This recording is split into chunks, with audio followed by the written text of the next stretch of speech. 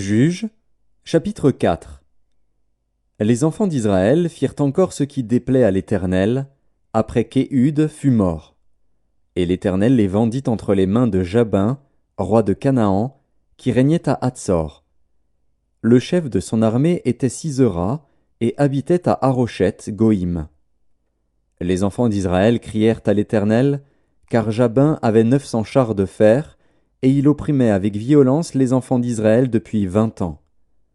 Dans ce temps-là, Déborah, prophétesse, femme de Lapidoth, était juge en Israël. Elle siégeait sous le palmier de Déborah, entre Rama et Béthel, dans la montagne d'Éphraïm. Et les enfants d'Israël montaient vers elle pour être jugés.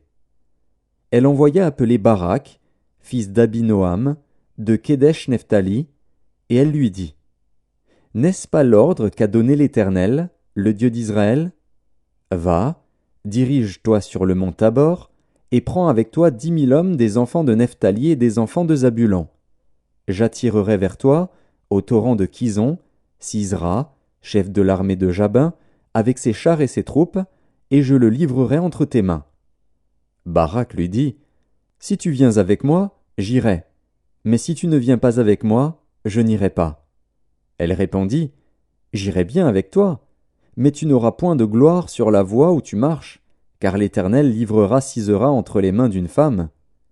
Et Déborah se leva, et elle se rendit avec Barak à Kédesh. Barak convoqua Zabulon et Nephtali à Kédesh. 10 000 hommes marchèrent à sa suite, et Déborah partit avec lui. Héber, le Kénien, s'était séparé des Kéniens, des fils de Hobab, beau-père de Moïse, et il avait dressé sa tente jusqu'aux chênes de Tsahanaïm, près de Kédesh. On informa Sisera que Barak, fils d'Abinoam, s'était dirigé sur le mont Tabor. Et, depuis Haroshet-Goïm, Sisera rassembla vers le torrent de Kison tous ses chars, 900 chars de fer, et tout le peuple qui était avec lui. Alors Déborah dit à Barak: Lève-toi, car voici le jour où l'Éternel livre à Sisera entre tes mains. L'Éternel ne marche-t-il pas devant toi? Et Barak descendit du mont Tabor, ayant 10 000 hommes à sa suite. L'Éternel mit en déroute devant Barak, par le tranchant de l'épée, Sisera, tous ses chars et tout le camp. Sisera descendit de son char et s'enfuit à pied. Barak poursuivit les chars et l'armée jusqu'à Haroshet-Goïm. Et toute l'armée de Sisera tomba sous le tranchant de l'épée, sans qu'il en restât un seul homme. Sisera se réfugia à pied dans la tente de Jaël, femme de Héber, le Kénien, car il y avait paix entre Jabin, roi de Hatsor, et la maison de Héber, le Kénien. Jaël sortit au-devant de Sisera et lui dit: Entre, mon seigneur, entre chez moi, ne crains point. Il entra chez elle dans la tente, et elle le cacha sous une couverture. Il lui dit: Donne-moi, je te prie, un peu d'eau à boire, car j'ai soif. Elle ouvrit l'outre du lait, lui donna à boire, et le couvrit. Il lui dit encore: Tiens-toi à l'entrée de la tente, et si l'on vient t'interroger en disant: Y a-t-il ici quelqu'un? Tu répondras: Non. Jaël, femme de Héber, saisit un pieu de la tente, prit en main le marteau, s'approcha de lui doucement, et lui enfonça dans la tempe le pieu, qui pénétra en terre. Il était profondément endormi et accablé de fatigue, et il mourut. Comme Barak poursuivait Sisera, Jaël sortit à sa rencontre et lui dit: Viens, et je te montrerai l'homme que tu cherches. Il entra chez elle, et voici, Sisera était étendu mort, le pieu dans la tempe. En ce jour, Dieu humilia Jabin, roi de Canaan, devant les enfants d'Israël. Et la main des enfants d'Israël s'appesantit de plus en plus sur Jabin, roi de Canaan, jusqu'à ce qu'ils eussent exterminé Jabin, roi de Canaan. Juges, chapitre 5. En ce jour-là, Déborah chanta ce cantique avec Barak, fils d'Abinoam. Des chefs se sont mis à la tête du peuple en Israël, et le peuple s'est montré prêt à combattre. Bénissez-en l'Éternel. Roi, écoutez. Prince, prêtez l'oreille. Je chanterai, oui, je chanterai à l'Éternel. Je chanterai à l'Éternel, le Dieu d'Israël. Ô Éternel, quand tu sortis de Séhir, quand tu t'avanças des champs d'Édom, la terre trembla, et les cieux se fondirent et les nuées se fondirent en eau. Les montagnes s'ébranlèrent devant l'Éternel, ce Sinaï devant l'Éternel, le Dieu d'Israël. Au temps de Shamgar, fils d'Anath, au temps de Jaël, les routes étaient abandonnées, et ceux qui voyageaient prenaient des chemins détournés. Les chefs étaient sans force en Israël, sans force, quand je me suis levé, moi, Déborah, quand je me suis levé comme une mère en Israël. Il avait choisi de nouveaux dieux. Alors la guerre était aux portes. On ne voyait ni bouclier, ni lance chez 40 milliers en Israël. Mon cœur est aux chefs d'Israël, à ceux du peuple qui se sont montrés prêts à combattre. Bénissez l'Éternel. Vous qui montez de blanches ânesses, vous qui avez pour siège des tapis, et vous qui marchez sur la route, chantez. Que de leur voix les archers, du milieu des abreuvoirs, célèbrent les bienfaits de l'Éternel, les bienfaits de son conducteur en Israël. Alors le peuple de l'Éternel descendit aux portes. Réveille-toi, réveille-toi, Déborah. Réveille-toi, réveille-toi, dis un cantique. Lève-toi, Barak, et emmène tes captifs, fils d'Abinoam. Alors un reste du peuple triompha des puissants, l'Éternel me donna la victoire sur les héros. D'Éphraïm arrivèrent les habitants d'Amalek. À ta suite marcha Benjamin parmi ta troupe. De Makir vinrent des chefs, et de Zabulon des commandants. Les princes d'Issachar furent avec Déborah, et Issachar suivit Barak. Il fut envoyé sur ses pas dans la vallée. Près des ruisseaux de Ruben, grandes furent les résolutions du cœur. Pourquoi es-tu resté au milieu des étables à écouter le bêlement des troupeaux? Au ruisseau de Ruben, grandes furent les délibérations du cœur. Galaad, au-delà du Jourdain, n'a pas quitté sa demeure. Pourquoi Dan s'est-il tenu sur les navires? Azer s'est assis sur le rivage de la mer et s'est reposé dans ses ports. Zabulon est un peuple qui affronta la mort, et Nephtali de même, sur les hauteurs des champs. Les rois vinrent, ils combattirent, alors combattirent les rois de Canaan, à Tahanak, aux eaux de Megiddo. Ils ne remportèrent nul butin, nul argent. Des cieux ont combattu, de leurs sentiers les étoiles combattirent contre Sisera. Le torrent de Kison les a entraînés, le torrent des anciens temps, le torrent de Kison. Mon âme, foule aux pieds les héros. Alors les talons des chevaux retentirent, à la fuite précipités de leurs guerriers. Maudissez mes roses, dit l'ange de l'Éternel, maudissez, maudissez ses habitants, car ils ne vinrent pas au secours de l'Éternel, parmi les hommes vaillants. Bénie soit entre les femmes Jaël, femme de Héber, le Kénien. Bénie soit-elle entre les femmes qui habitent sous les tentes. Il demanda de l'eau, elle a donné du lait, dans la coupe d'honneur elle a présenté de la crème. D'une main elle a saisi le pieu, et de sa droite le marteau des travailleurs. Elle a frappé Sisera, lui a fendu la tête, fracassé et transpercé la tempe. Au pied de Jaël il s'est affaissé, il est tombé, il s'est couché. À ses pieds il s'est affaissé, il est tombé. Là où il s'est affaissé, là il est tombé sans vie. Par la fenêtre, à travers le treillis, la mère de Sisera regarde, et s'écrie: Pourquoi son char tarde-t-il à venir? Pourquoi ses chars vont-ils si lentement? Les plus sages d'entre ces femmes lui répondent, et elle se répond à elle-même: Ne trouve-t-il pas du butin? Ne le partage-t-il pas? Une jeune fille, 2 jeunes filles par homme, du butin en vêtements de couleur pour Sisera, du butin en vêtements de couleur, brodé, un vêtement de couleur, 2 vêtements brodés, pour le cou du vainqueur. Périssent ainsi tous tes ennemis, ô Éternel. Ceux qui l'aiment sont comme le soleil, quand il paraît dans sa force. Le pays fut en repos pendant 40 ans. Juges, chapitre 6. Les enfants d'Israël firent ce qui déplaît à l'Éternel, et l'Éternel les livra entre les mains de Madian pendant 7 ans. la main de Madian fut puissante contre Israël. Pour échapper à Madian, les enfants d'Israël se retiraient dans les ravins des montagnes, dans les cavernes et sur les rochers fortifiés. Quand Israël avait semé, Madian montait avec Amalek et les fils de l'Orient, et ils marchaient contre lui. Ils campaient en face de lui, détruisaient les productions du pays jusque vers Gaza, et ne laissaient en Israël ni vivres, ni brebis, ni bœufs, ni ânes. Car ils montaient avec leurs troupeaux et leurs tentes, ils arrivaient comme une multitude de sauterelles, ils étaient innombrables, eux et leurs chameaux, et ils venaient dans le pays pour le ravager.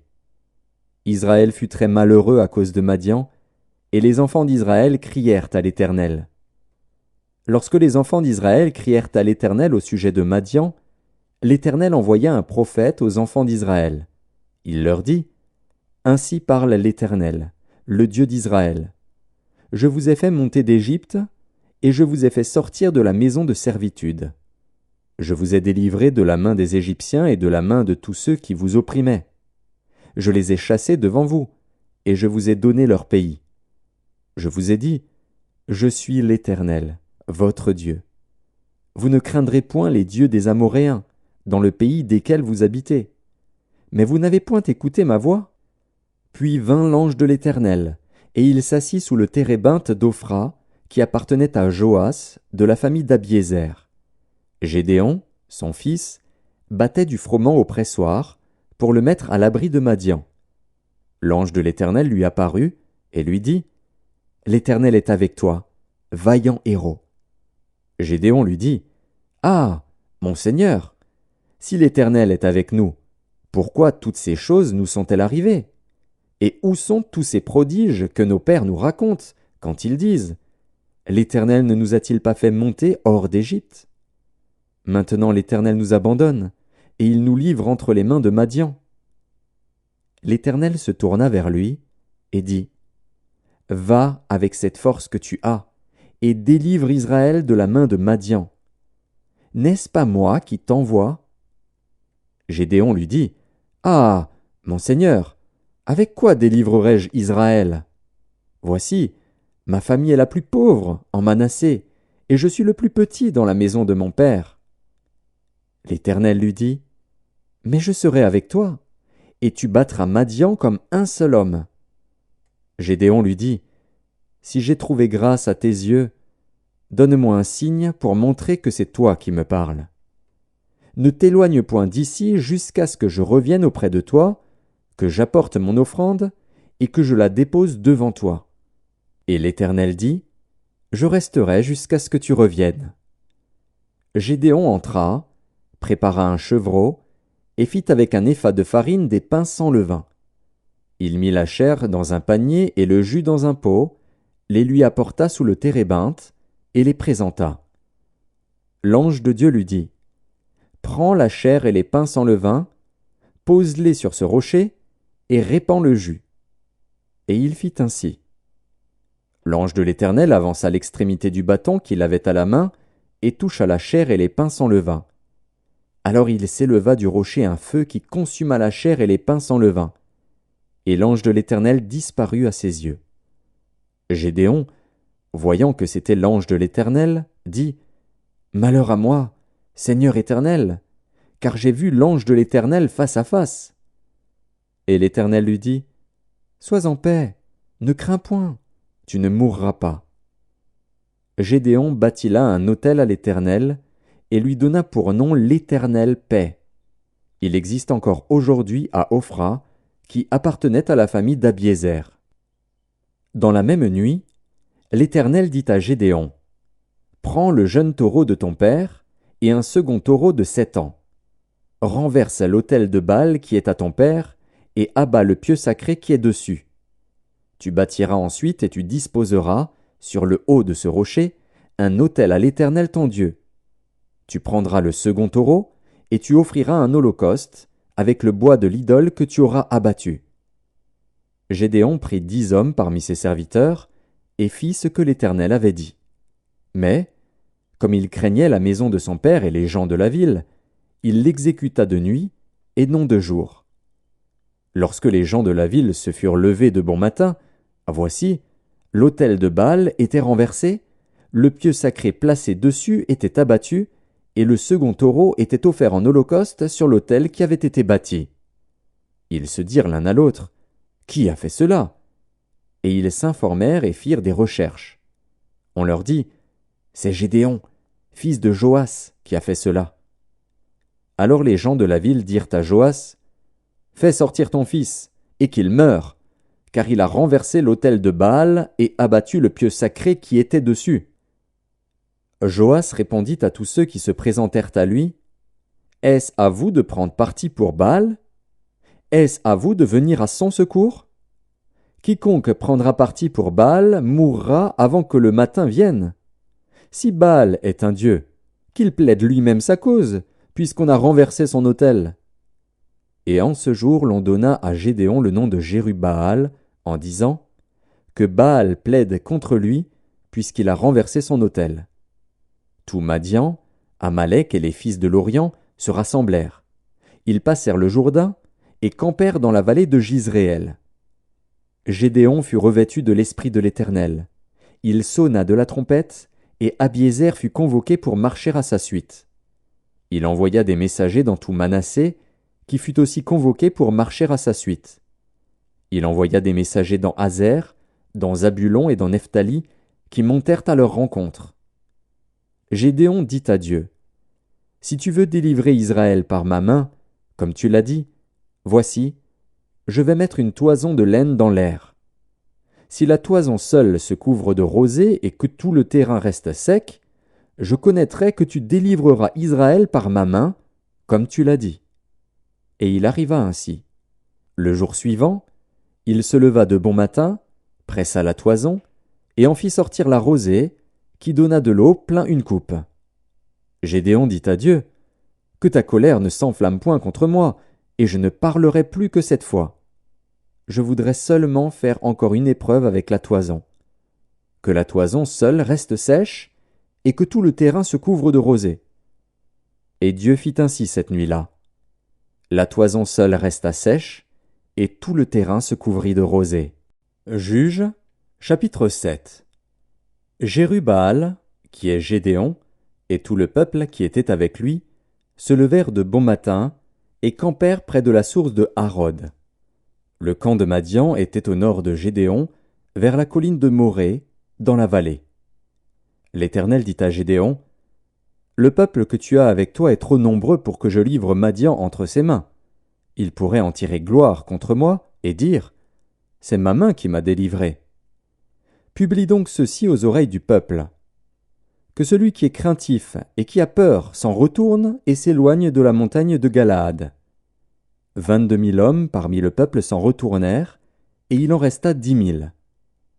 L'Éternel dit à Gédéon, « Le peuple est encore trop nombreux.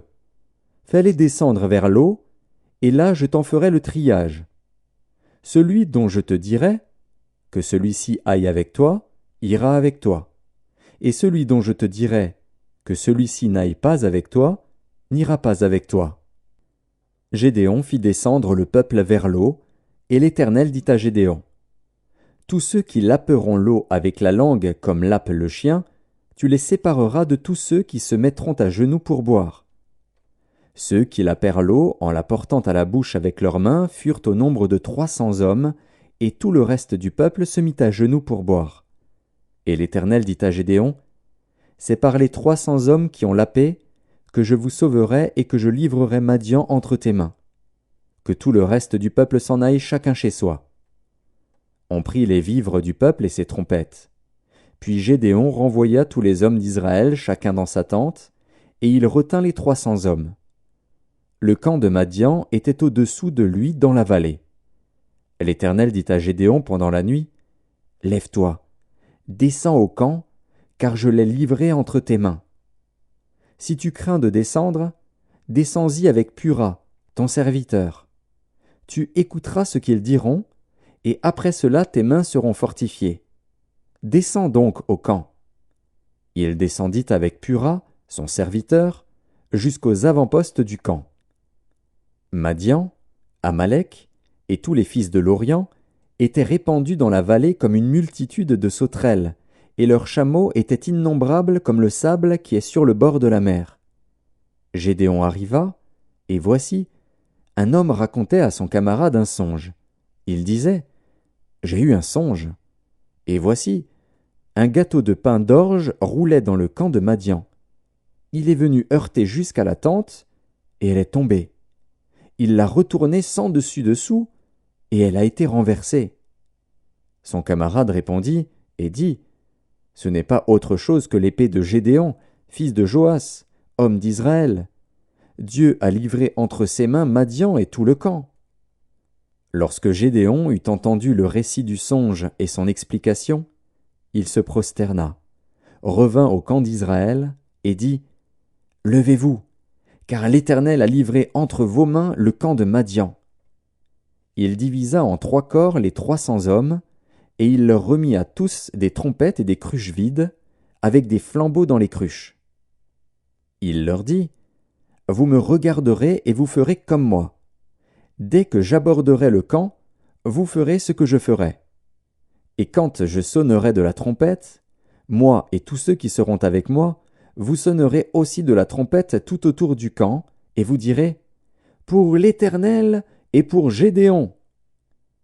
Gédéon et les 100 hommes qui étaient avec lui arrivèrent aux abords du camp au commencement de la veille du milieu, comme on venait de placer les gardes. Ils sonnèrent de la trompette et brisèrent les cruches qu'ils avaient à la main. Les 3 corps sonnèrent de la trompette et brisèrent les cruches. Ils saisirent de la main gauche les flambeaux et de la main droite les trompettes pour sonner, et ils s'écrièrent « Épée pour l'Éternel et pour Gédéon !» Ils restèrent chacun à sa place autour du camp, et tout le camp se mit à courir, à pousser des cris et à prendre la fuite.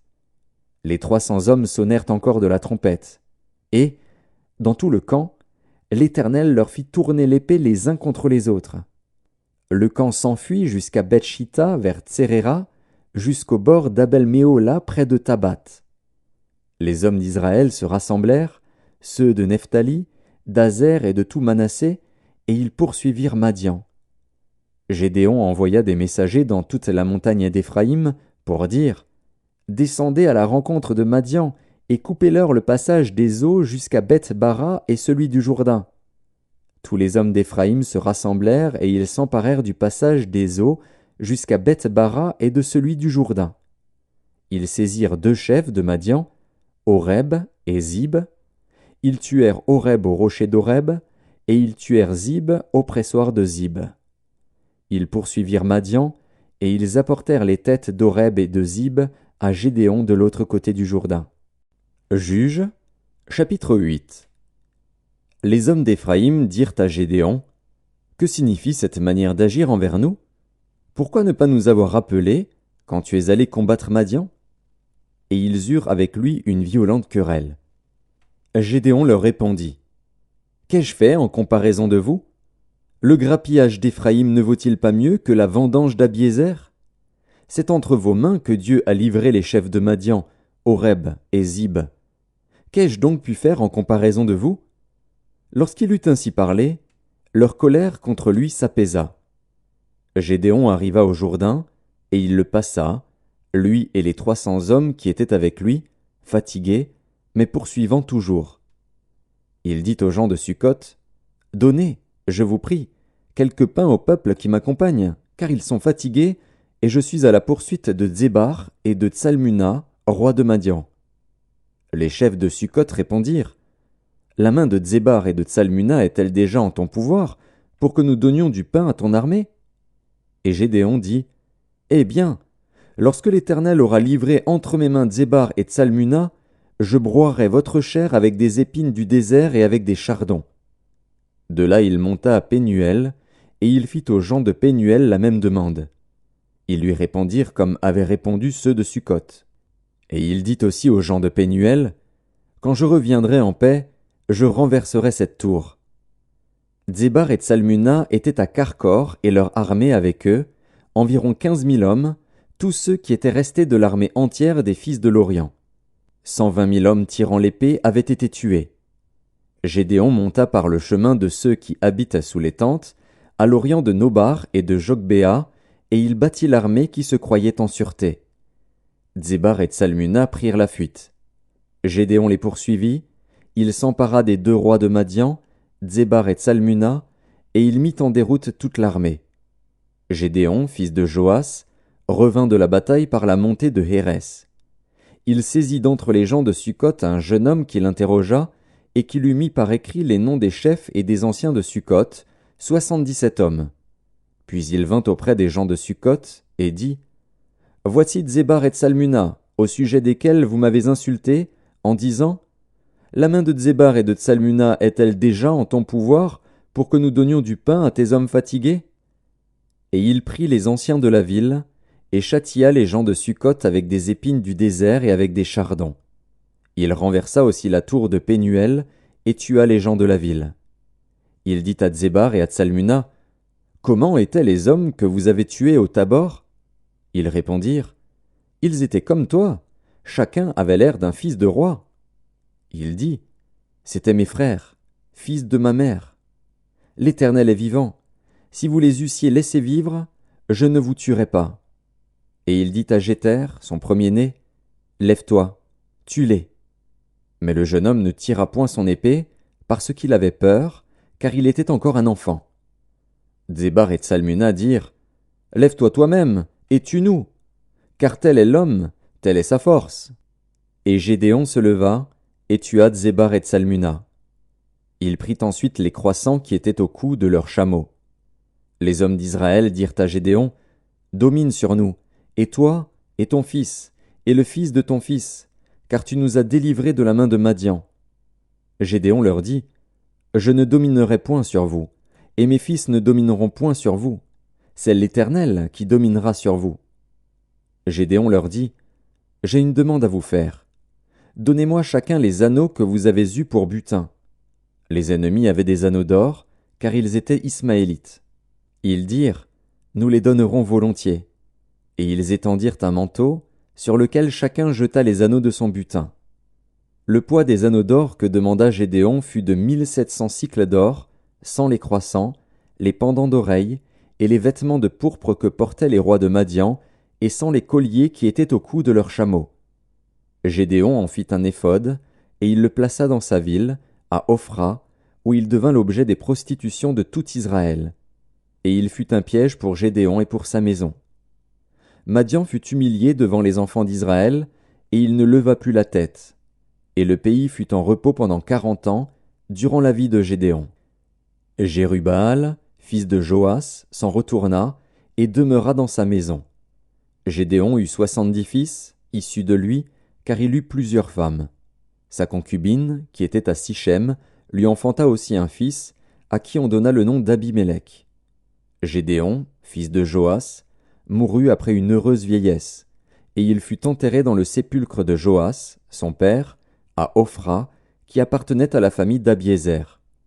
Lorsque Gédéon fut mort, les enfants d'Israël recommencèrent à se prostituer au Baal, et ils prirent Baal-Bérith pour leur Dieu.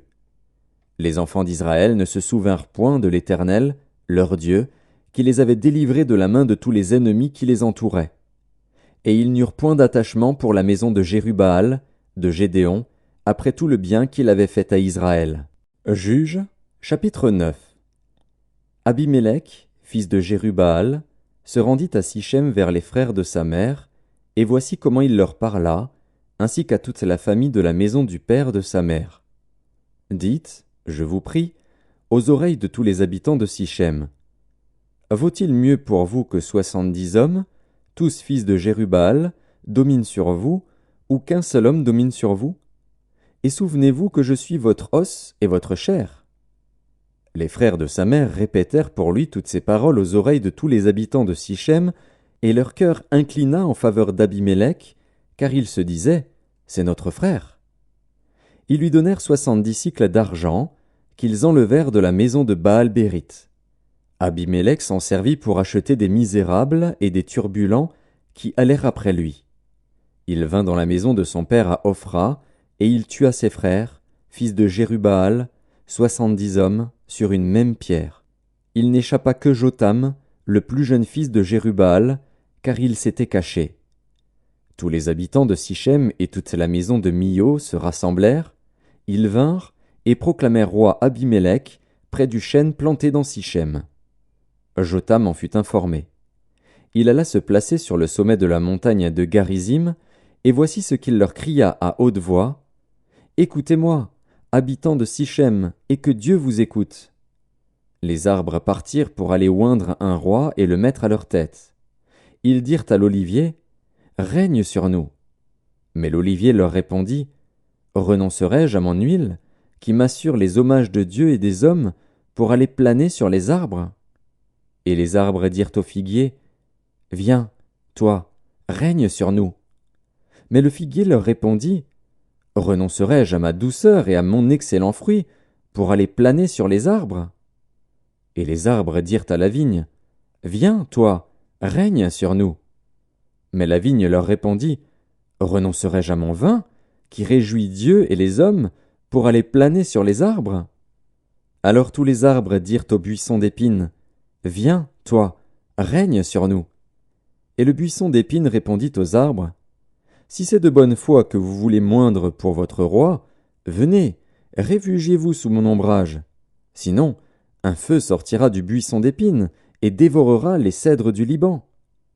Maintenant, est-ce de bonne foi et avec intégrité que vous avez agi en proclamant roi Abimélec? Avez-vous eu de la bienveillance pour Jérubbaal et sa maison? L'avez-vous traité selon les services qu'il a rendus? Car mon père a combattu pour vous, il a exposé sa vie, et il vous a délivré de la main de Madian. Et vous, vous vous êtes levé contre la maison de mon père, vous avez tué ses fils, 70 hommes, sur une même pierre, et vous avez proclamé roi sur les habitants de Sichem Abimélec, fils de sa servante, parce qu'il est votre frère. Si c'est de bonne foi et avec intégrité qu'en ce jour vous avez agi envers Jérubbaal et sa maison, eh bien, qu'Abimélec fasse votre joie, et que vous fassiez aussi la sienne. Sinon, qu'un feu sorte d'Abimélec et dévore les habitants de Sichem et la maison de Mio, et qu'un feu sorte des habitants de Sichem et de la maison de Mio et dévore Abimélec. Jotham se retira et prit la fuite. Il s'en alla à Bér, où il demeura loin d'Abimélec, son frère. Abimélec avait dominé 3 ans sur Israël. Alors Dieu envoya un mauvais esprit entre Abimélec et les habitants de Sichem, et les habitants de Sichem furent infidèles à Abimélec, afin que la violence commise sur les 70 fils de Jérubbaal reçût son châtiment, et que leur sang retombât sur Abimélec, leur frère, qui les avait tués, et sur les habitants de Sichem, qui l'avaient aidé à tuer ses frères. Les habitants de Sichem placèrent en embuscade contre lui, sur les sommets des montagnes, des gens qui dépouillaient tous ceux qui passaient près d'eux sur le chemin. Et cela fut rapporté à Abimélec. Gaal, fils d'Ébed, vint avec ses frères, et ils passèrent à Sichem. Les habitants de Sichem eurent confiance en lui. Ils sortirent dans la campagne, vendangèrent leurs vignes, foulèrent les raisins, et se livrèrent à des réjouissances. Ils entrèrent dans la maison de leur Dieu, ils mangèrent et burent, et ils maudirent Abimélec. Et Gaal, fils d'Ébed, disait, qui est Abimélec, et qu'est Sichem, pour que nous servions Abimélec? N'est-il pas fils de Jérubbaal, et Zébul n'est-il pas son commissaire? Servez les hommes de Hamor, père de Sichem. Mais nous, pourquoi servirions-nous Abimélec? Oh, si j'étais le maître de ce peuple, je renverserais Abimélec. Et il disait d'Abimélec, renforce ton armée, mets-toi en marche. Zébul, gouverneur de la ville, apprit ce que disait Gaal, fils d'Ébed, et sa colère s'enflamma. Il envoya secrètement des messagers à Abimélec pour lui dire, voici, Gaal, fils d'Ébed, et ses frères, sont venus à Sichem, et ils soulèvent la ville contre toi.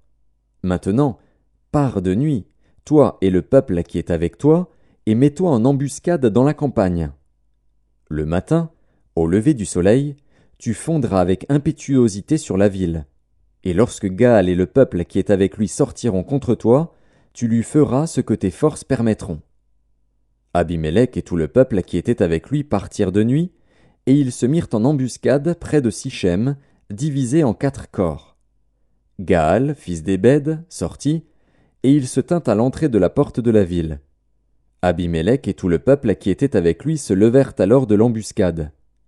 Gaal aperçut le peuple, et il dit à Zébul, « Voici un peuple qui descend du sommet des montagnes. » Zébul lui répondit, « C'est l'ombre des montagnes que tu prends pour des hommes. » Gaal, reprenant la parole, dit, « C'est bien un peuple qui descend des hauteurs du pays, et une troupe arrive par le chemin du chêne des devins. » Zébul lui répondit, « Où donc est ta bouche, toi qui disais, « Qui est Abimélec pour que nous le servions » N'est-ce point là le peuple que tu méprisais?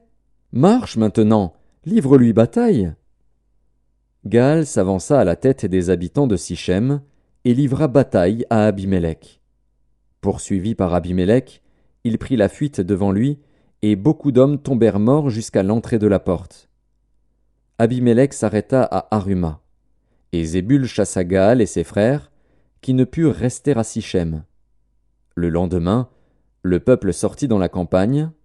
Abimélec, qui en fut informé, prit sa troupe, la partagea en 3 corps, et se mit en embuscade dans la campagne. Ayant vu que le peuple sortait de la ville, il se leva contre eux, et les battit. Abimélec et les corps qui étaient avec lui se portèrent en avant, et se placèrent à l'entrée de la porte de la ville. 2 de ces corps se jetèrent sur tous ceux qui étaient dans la campagne, et les battirent. Abimélec attaqua la ville pendant toute la journée, il s'en empara, et tua le peuple qui s'y trouvait. Puis il rasa la ville, et y sema du sel.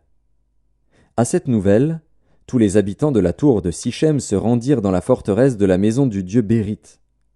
On avertit Abimélec que tous les habitants de la tour de Sichem s'y étaient rassemblés. Alors Abimélec monta sur la montagne de Tsalmon, lui et tout le peuple qui était avec lui.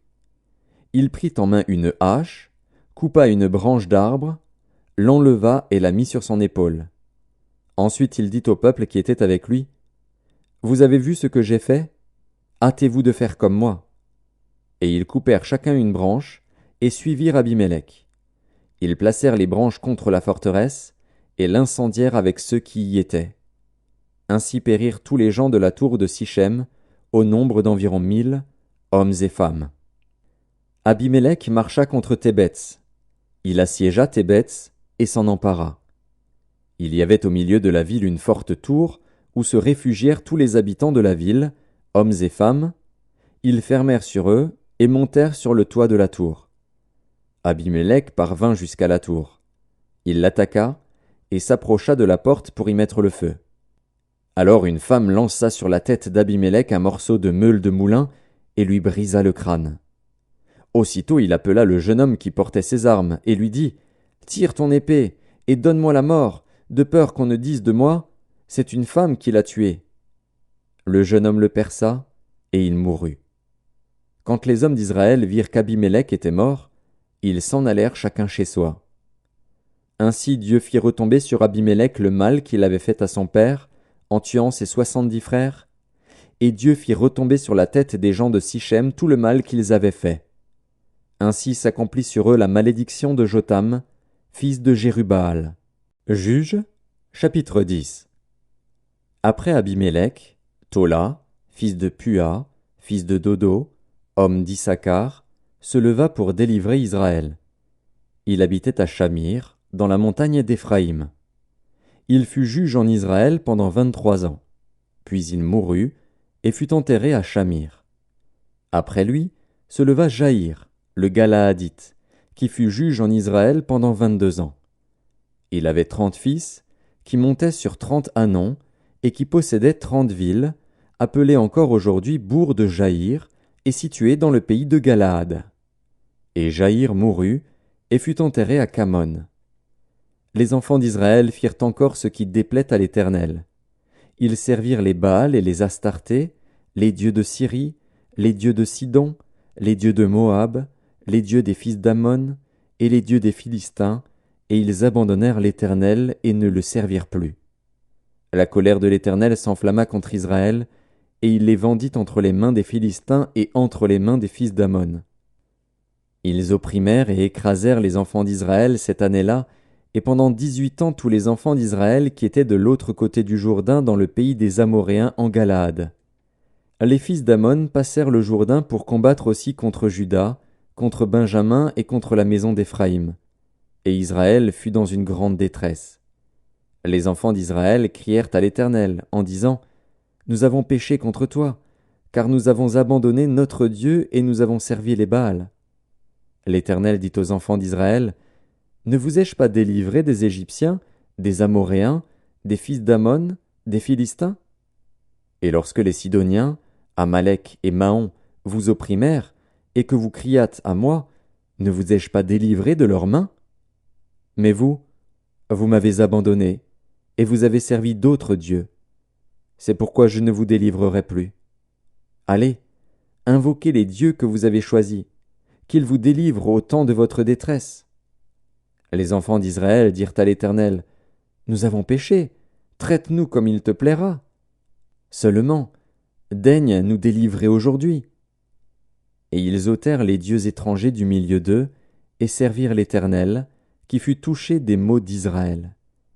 Les fils d'Amon se rassemblèrent et campèrent en Galaad, et les enfants d'Israël se rassemblèrent et campèrent à Mitzpa.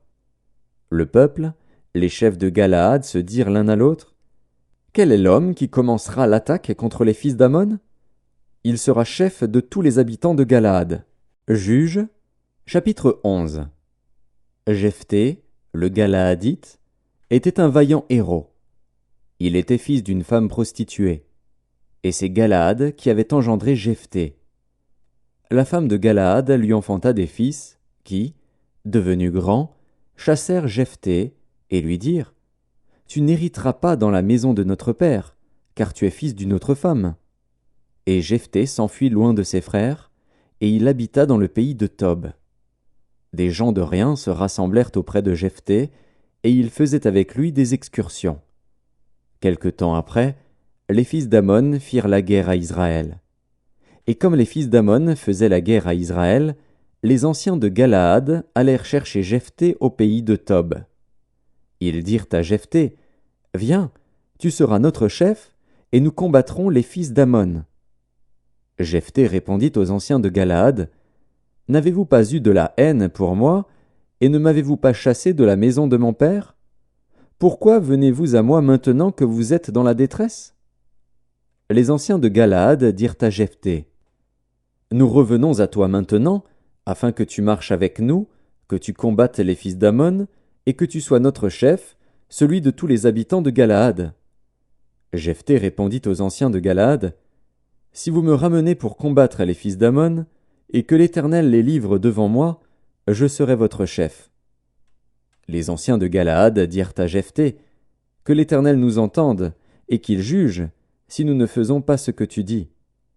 Et Jephthé partit avec les anciens de Galaad. Le peuple le mit à sa tête et l'établit comme chef, et Jephthé répéta devant l'Éternel, à Mitzpa, toutes les paroles qu'il avait prononcées. Jephthé envoya des messagers au roi des fils d'Amon pour lui dire : Qu'y a-t-il entre moi et toi, que tu viennes contre moi pour faire la guerre à mon pays ? Le roi des fils d'Amon répondit aux messagers de Jephthé : C'est qu'Israël, quand il est monté d'Égypte, s'est emparé de mon pays, depuis l'Arnon jusqu'au Jabbok et au Jourdain. Rends-le maintenant de bon gré. Jephthé envoya de nouveau des messagers au roi des fils d'Amon pour lui dire : Ainsi parlait Jephthé : Israël ne s'est point emparé du pays de Moab, ni du pays des fils d'Amon. Car lorsqu'Israël est monté d'Égypte, il a marché dans le désert jusqu'à la mer Rouge, et il est arrivé à Kadès. Alors Israël envoya des messagers au roi d'Édom pour lui dire : Laisse-moi passer par ton pays. Mais le roi d'Édom n'y consentit pas. Il en envoya aussi au roi de Moab, qui refusa. Et Israël resta à Kadès. Puis il marcha par le désert, tourna le pays d'Édom et le pays de Moab, et vint à l'orient du pays de Moab. Ils campèrent au-delà de l'Arnon, sans entrer sur le territoire de Moab, car l'Arnon est la frontière de Moab. Israël envoya des messagers à Sion, roi des Amoréens, roi de Hesbon, et Israël lui dit : Laisse-nous passer par ton pays jusqu'au lieu où nous allons. Mais Sion n'eut pas assez confiance en Israël pour le laisser passer sur son territoire. Il rassembla tout son peuple, campa à Jahatz, et combattit Israël. L'Éternel, le Dieu d'Israël, livra Sion et tout son peuple entre les mains d'Israël, qui les battit.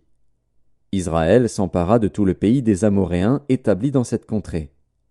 Ils s'emparèrent de tout le territoire des Amoréens, depuis l'Arnon jusqu'au Jabbok, et depuis le désert jusqu'au Jourdain. Et maintenant que l'Éternel, le Dieu d'Israël, a chassé les Amoréens devant son peuple d'Israël, est-ce toi qui aurais la possession de leur pays? Ce que ton Dieu Kémosh te donne à posséder, ne le posséderais-tu pas? Et tout ce que l'Éternel, notre Dieu, a mis en notre possession devant nous, nous ne le posséderions pas? Vaux-tu donc mieux que Balak, fils de Tsippor, roi de Moab? A-t-il contesté avec Israël, ou lui a-t-il fait la guerre? Voilà 300 ans qu'Israël habite à Hesbon et dans les villes de son ressort, à Aroër et dans les villes de son ressort, et dans toutes les villes qui sont sur les bords de l'Arnon. Pourquoi ne lui avez-vous pas enlevé pendant ce temps-là? Je ne t'ai point offensé, et tu agis mal avec moi en me faisant la guerre. Que l'Éternel, le juge, soit aujourd'hui juge entre les enfants d'Israël et les fils d'Ammon. Le roi des fils d'Ammon n'écouta point les paroles que Jephthé lui fit dire. L'esprit de l'Éternel fut sur Jephthé. Il traversa Galaad et Manassé. Il passa à Mitzpé de Galaad. Et de Mitzpé de Galaad, il marcha contre les fils d'Ammon. Jephthé fit un vœu à l'Éternel et dit: Si tu livres entre mes mains les fils d'Ammon, quiconque sortira des portes de ma maison au devant de moi, à mon heureux retour de chez les fils d'Ammon, sera consacré à l'Éternel, et je l'offrirai en holocauste. Jephthé marcha contre les fils d'Ammon, et l'Éternel les livra entre ses mains. Il leur fit éprouver une très grande défaite, depuis Aroër jusque vers Minite, espace qui renfermait 20 villes, et jusqu'à Abel-Kéramim. Et les fils d'Ammon furent humiliés devant les enfants d'Israël. Jephthé retourna dans sa maison à Mitzpa. Et voici, sa fille sortit au-devant de lui avec des tambourins et des danses. C'était son unique enfant. Il n'avait point de fils et point d'autre fille. Dès qu'il la vit, il déchira ses vêtements et dit: Ah, ma fille, tu me jettes dans l'abattement. Tu es au nombre de ceux qui me troublent. J'ai fait un vœu à l'Éternel, et je ne puis le révoquer. Elle lui dit: Mon père, si tu as fait un vœu à l'Éternel, traite-moi selon ce qui est sorti de ta bouche, maintenant que l'Éternel t'a vengé de tes ennemis, des fils d'Ammon. Et elle dit à son père: Que ceci me soit accordé. Laisse-moi libre pendant 2 mois. Je m'en irai, je descendrai dans les montagnes, et je pleurerai ma virginité avec mes compagnes. Il répondit: Va. Et il la laissa libre pour 2 mois. Elle s'en alla avec ses compagnes, et elle pleura sa virginité sur les montagnes. Au bout des 2 mois, elle revint vers son père, et il accomplit sur elle le vœu qu'il avait fait. Elle n'avait point connu d'homme. Dès lors s'établit en Israël la coutume que tous les ans les filles d'Israël s'en vont célébrer la fille de Jephthé, le Galaadite, 4 jours par année. Juges, chapitre 12. Les hommes d'Éphraïm se rassemblèrent, partirent pour le nord, et dirent à Jephthé: Pourquoi es-tu allé combattre les fils d'Ammon sans nous avoir appelés à marcher avec toi? Nous voulons incendier ta maison et te brûler avec elle. Jephthé leur répondit: Nous avons eu de grandes contestations, moi et mon peuple, avec les fils d'Ammon. Et quand je vous ai appelés, vous ne m'avez pas délivré de leurs mains. Voyant que tu ne venais pas à mon secours, j'ai exposé ma vie, et j'ai marché contre les fils d'Ammon. L'Éternel les a livrés entre mes mains. Pourquoi donc aujourd'hui montez-vous contre moi pour me faire la guerre? Jephthé rassembla tous les hommes de Galaad, et livra bataille à Éphraïm. Les hommes de Galaad battirent Éphraïm, parce que les Éphraïmites disaient: Vous êtes des fugitifs d'Éphraïm. Galaad est au milieu d'Éphraïm, au milieu de Manassé. Galaad s'empara des gués du Jourdain du côté d'Éphraïm. Et quand l'un des fuyards d'Éphraïm disait: Laissez-moi passer, les hommes de Galaad lui demandaient: Es-tu Éphraïmite? Il répondait: Non. Il lui disait alors: Eh bien, dis Shiboleth. Et il disait Siboleth, car il ne pouvait pas bien prononcer.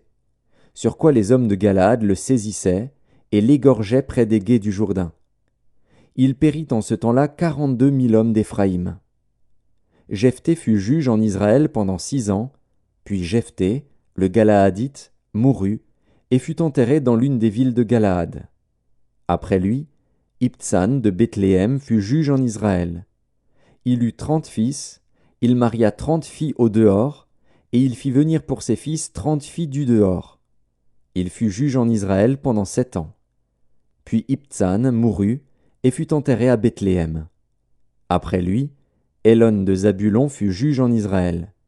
Il fut juge en Israël pendant 10 ans. Puis Élon de Zabulon mourut et fut enterré à Ajalon dans le pays de Zabulon. Après lui, Abdon, fils d'Hillel, le Piratonite, fut juge en Israël. Il eut 40 fils et 30 petits-fils, qui montaient sur 70 ânons. Il fut juge en Israël pendant 8 ans. Puis Abdon, fils d'Hillel, le Piratonite, mourut, et fut enterré à Piraton, dans le pays d'Éphraïm, sur la montagne des Amalécites. Juges, chapitre 13. Les enfants d'Israël firent encore ce qui déplaît à l'Éternel. Et l'Éternel les livra entre les mains des Philistins pendant 40 ans. Il y avait un homme de Tsoréa, de la famille des Danites, et qui s'appelait Manoach. Sa femme était stérile et n'enfantait pas. Un ange de l'Éternel apparut à la femme et lui dit « Voici, tu es stérile et tu n'as point d'enfant. Tu deviendras enceinte et tu enfanteras un fils. Maintenant prends bien garde, ne bois ni vin ni liqueur forte, et ne mange rien d'impur. Car tu vas devenir enceinte et tu enfanteras un fils. Le rasoir ne passera point sur sa tête, parce que cet enfant sera consacré à Dieu dès le ventre de sa mère. Et ce sera lui qui commencera à délivrer Israël de la main des Philistins. » La femme alla dire à son mari, « Un homme de Dieu est venu vers moi, et il avait l'aspect d'un ange de Dieu, un aspect redoutable. Je ne lui ai pas demandé d'où il était, et il ne m'a pas fait connaître son nom. Mais il m'a dit, « Tu vas devenir enceinte, et tu enfanteras un fils.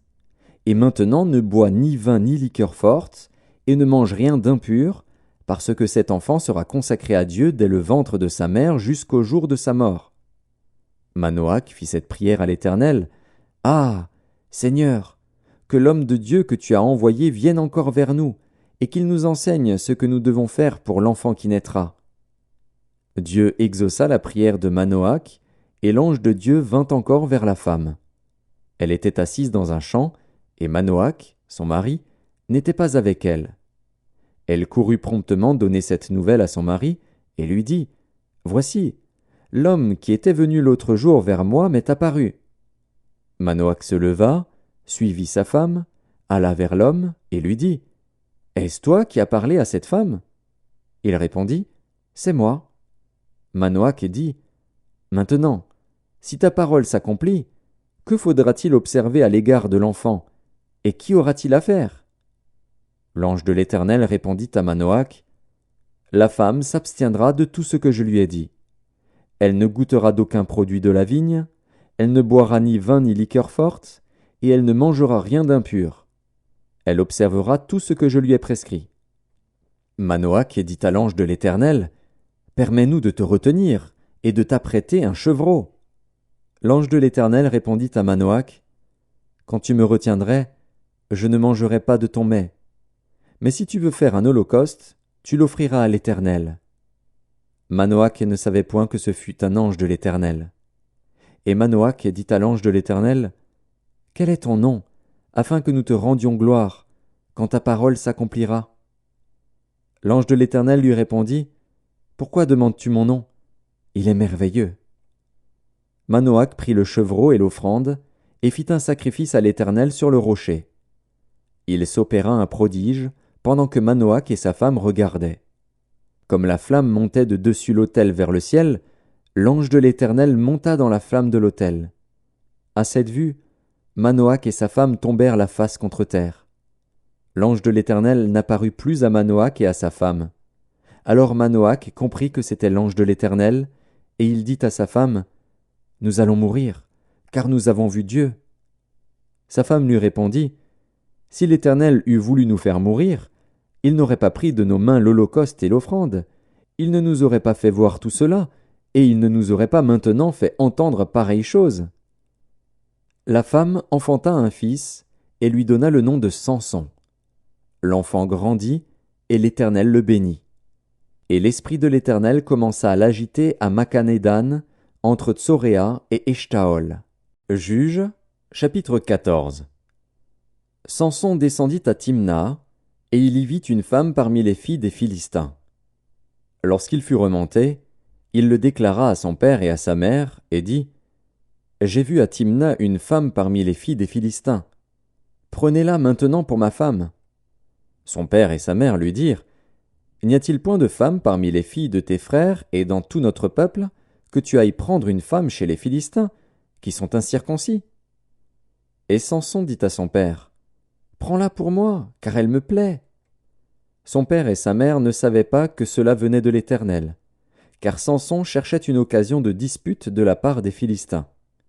En ce temps-là, les Philistins dominaient sur Israël.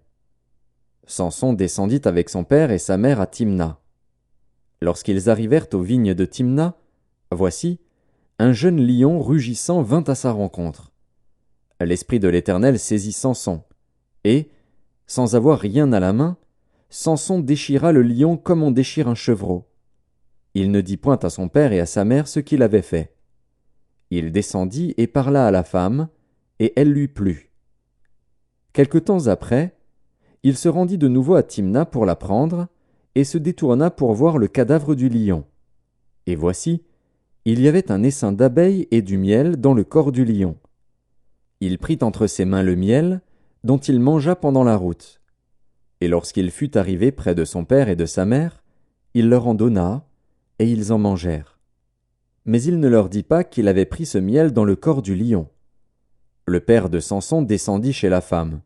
Et là, Samson fit un festin, car c'était la coutume des jeunes gens. Dès qu'on le vit, on invita 30 compagnons qui se tinrent avec lui.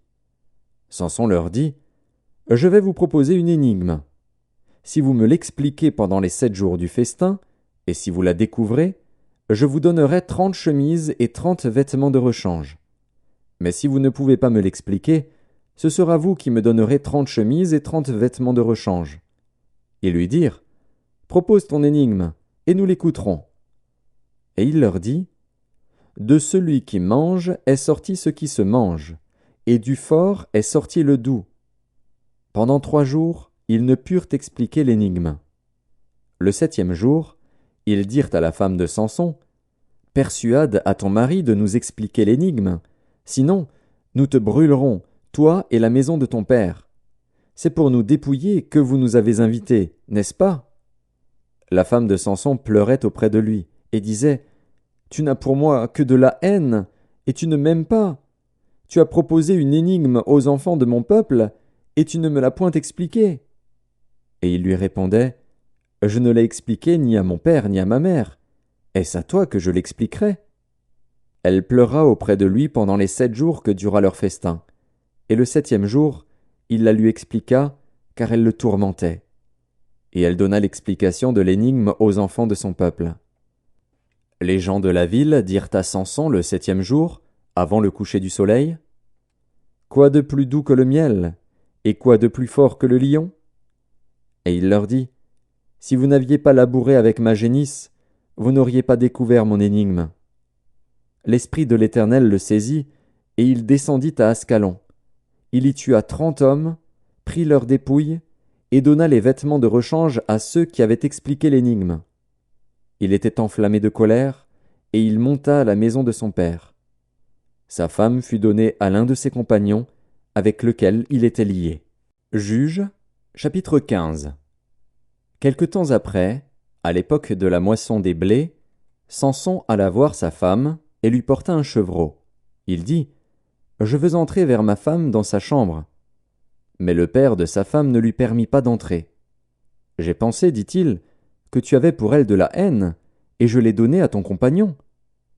Est-ce que sa jeune sœur n'est pas plus belle qu'elle?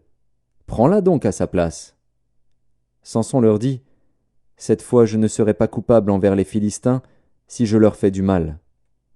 Samson s'en alla, il attrapa 300 renards et prit des flambeaux. Puis il tourna queue contre queue et mit un flambeau entre deux queues au milieu. Il alluma les flambeaux, lâcha les renards dans les blés des Philistins et embrasa les tas de gerbes, le blé sur pied et jusqu'aux plantations d'oliviers.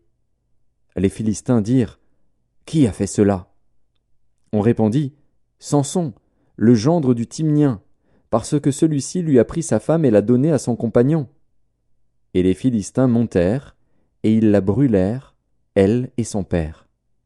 Samson leur dit : « Est-ce ainsi que vous agissez ? Je ne cesserai qu'après m'être vengé de vous. » Il les battit rudement, dos et ventre. Puis il descendit et se retira dans la caverne du rocher d'Étam. Alors les Philistins se mirent en marche, campèrent en Juda, et s'étendirent jusqu'à Léchi. Les hommes de Juda dirent : « Pourquoi êtes-vous montés contre nous ? » Ils répondirent : « Nous sommes montés pour lier Samson, afin de le traiter comme il nous a traités. » Sur quoi 3000 hommes de Juda descendirent à la caverne du rocher d'Étam et dirent à Samson : « Ne sais-tu pas que les Philistins dominent sur nous ? Que nous as-tu donc fait ? » Il leur répondit : « Je les ai traités comme ils m'ont traité. » Ils lui dirent : « Nous sommes descendus pour te lier, afin de te livrer entre les mains des Philistins. » Samson leur dit : « Jurez-moi que vous ne me tuerez pas. » Ils lui répondirent : « Non, nous voulons seulement te lier et te livrer entre leurs mains, mais nous ne te ferons pas mourir. » Et ils le lièrent avec 2 cordes neuves et le firent sortir du rocher. Lorsqu'il arriva à Léchi, les Philistins poussèrent des cris à sa rencontre. Alors l'Esprit de l'Éternel le saisit. Les cordes qu'il avait au bras devinrent comme du lin brûlé par le feu, et ses liens tombèrent de ses mains. Il trouva une mâchoire d'âne fraîche, il étendit sa main pour la prendre, et il en tua 1000 hommes. Et Samson dit : « Avec une mâchoire d'âne, un monceau, 2 monceaux. Avec une mâchoire d'âne, j'ai tué 1000 hommes. » Quand il eut achevé de parler, il jeta de sa main la mâchoire. Et l'on appela ce lieu Ramath Léchi.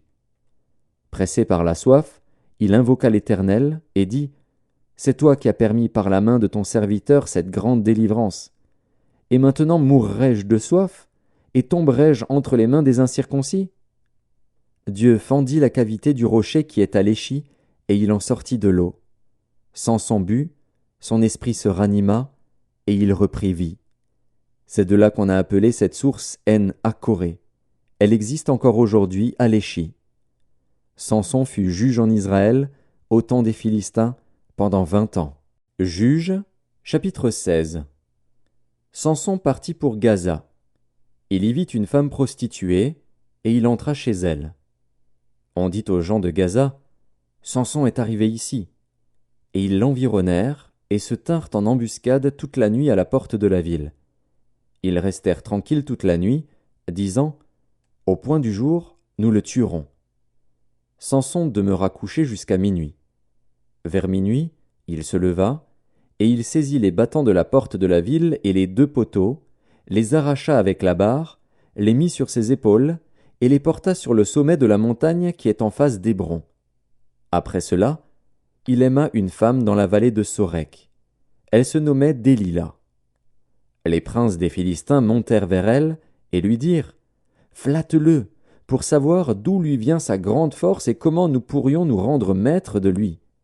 Nous le lierons pour le dompter, et nous te donnerons chacun 1100 cycles d'argent. » Délila dit à Samson : « Dis-moi, je te prie, d'où vient ta grande force, et avec quoi il faudrait te lier pour te dompter ? » Samson lui dit : « Si on me liait avec 7 cordes fraîches, qui ne fussent pas encore sèches, je deviendrais faible et je serais comme un autre homme. » Les princes des Philistins apportèrent à Délila 7 cordes fraîches qui n'étaient pas encore sèches, et elle le lia avec ses cordes. Or des gens se tenaient en embuscade chez elle dans une chambre. Elle lui dit : « Les Philistins sont sur toi, Samson !» Et il rompit les cordes, comme se rompt un cordon d'étoupe quand il sent le feu. Et l'on ne connut point d'où venait sa force. Délila dit à Samson : « Voici, tu t'es joué de moi, tu m'as dit des mensonges. » Maintenant, je te prie, indique-moi avec quoi il faut te lier. Il lui dit, si on me liait avec des cordes neuves, dont on ne se fût jamais servi, je deviendrais faible et je serais comme un autre homme. Délila prit des cordes neuves, avec lesquelles elle le lia. Puis elle lui dit, les Philistins sont sur toi, Samson. Or des gens se tenaient en embuscade dans une chambre, et il rompit comme un fil les cordes qu'il avait au bras. Délila dit à Samson, jusqu'à présent tu t'es joué de moi, tu m'as dit des mensonges. Déclare-moi avec quoi il faut te lier. Il lui dit, tu n'as qu'à tisser les 7 tresses de ma tête avec la chaîne du tissu. Et elle les fixa par la cheville, puis elle lui dit, les Philistins sont sur toi, Samson. Et il se réveilla de son sommeil, et il arracha la cheville du tissu et le tissu. Elle lui dit, comment peux-tu dire, je t'aime, puisque ton cœur n'est pas avec moi? Voilà 3 fois que tu t'es joué de moi, et tu ne m'as pas déclaré d'où vient ta grande force. Comme elle était chaque jour à le tourmenter et à l'importuner par ses instances, son âme s'impatienta à la mort, il lui ouvrit tout son cœur, et lui dit, le rasoir n'a point passé sur ma tête, parce que je suis consacré à Dieu dès le ventre de ma mère. Si j'étais rasé, ma force m'abandonnerait, je deviendrais faible, et je serais comme tout autre homme. Délila, voyant qu'il lui avait ouvert tout son cœur, envoya appeler les princes des Philistins, et leur fit dire, montez cette fois, car il m'a ouvert tout son cœur. Et les princes des Philistins montèrent vers elle, et apportèrent l'argent dans leurs mains. Elle l'endormit sur ses genoux, et ayant appelé un homme, elle rasa les 7 tresses de la tête de Samson, et commença ainsi à le dompter. Il perdit sa force. Elle dit alors, les Philistins sont sur toi, Samson. Et il se réveilla de son sommeil, et dit, je m'en tirerai comme les autres fois, et je me dégagerai. Il ne savait pas que l'Éternel s'était retiré de lui. Les Philistins le saisirent, et lui crevèrent les yeux. Ils le firent descendre à Gaza, et le lièrent avec des chaînes d'airain. Il tournait la meule dans la prison. Cependant les cheveux de sa tête recommençaient à croître, depuis qu'il avait été rasé. Or les princes des Philistins s'assemblèrent pour offrir un grand sacrifice à Dagon, leur dieu, et pour se réjouir. Ils disaient, notre Dieu a livré entre nos mains Samson, notre ennemi. Et quand le peuple le vit, ils célébrèrent leur Dieu, en disant, notre Dieu a livré entre nos mains notre ennemi, celui qui ravageait notre pays et qui multipliait nos morts. Dans la joie de leur cœur, ils dirent, qu'on appelle Samson et qu'il nous divertisse. Ils firent sortir Samson de la prison, et il joua devant eux. Ils le placèrent entre les colonnes. Et Samson dit au jeune homme qui le tenait par la main, laisse-moi, afin que je puisse toucher les colonnes sur lesquelles repose la maison et m'appuyer contre elles. La maison était remplie d'hommes et de femmes, tous les princes des Philistins étaient là, et il y avait sur le toit environ 3000 personnes, hommes et femmes, qui regardaient Samson jouer. Alors Samson invoqua l'Éternel, et dit, Seigneur éternel, souviens-toi de moi, je te prie, ô Dieu, donne-moi de la force seulement 7 fois, et que d'un seul coup je tire vengeance des Philistins pour mes 2 yeux. Et Samson embrassa les 2 colonnes du milieu sur lesquelles reposait la maison, et il s'appuya contre elles. L'une était à sa droite, et l'autre à sa gauche. Samson dit, que je meure avec les Philistins. Il se pencha fortement, et la maison tomba sur les princes et sur tout le peuple qui y était. Ceux qu'il fit périr à sa mort furent plus nombreux que ceux qu'il avait tués pendant sa vie. Ses frères et toute la maison de son père descendirent et l'emportèrent. Lorsqu'ils furent remontés, ils l'enterrèrent entre Tsoréa et Eshtaol dans le sépulcre de Manoach, son père. Il avait été juge en Israël pendant 20 ans. Juges, chapitre 17. Il y avait un homme de la montagne d'Éphraïm, nommé Mika. Il dit à sa mère, les 1100 cycles d'argent qu'on t'a pris, et pour lesquels tu as fait des imprécations même à mes oreilles, voici, cet argent est entre mes mains, c'est moi qui l'avais pris. Et sa mère dit, béni soit mon fils par l'Éternel. Il rendit à sa mère les 1 100 cycles d'argent.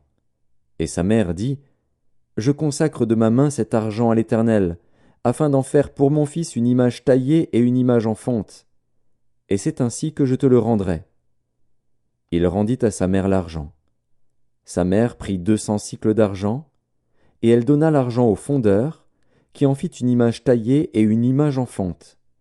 On les plaça dans la maison de Mika. Ce Mika avait une maison de Dieu.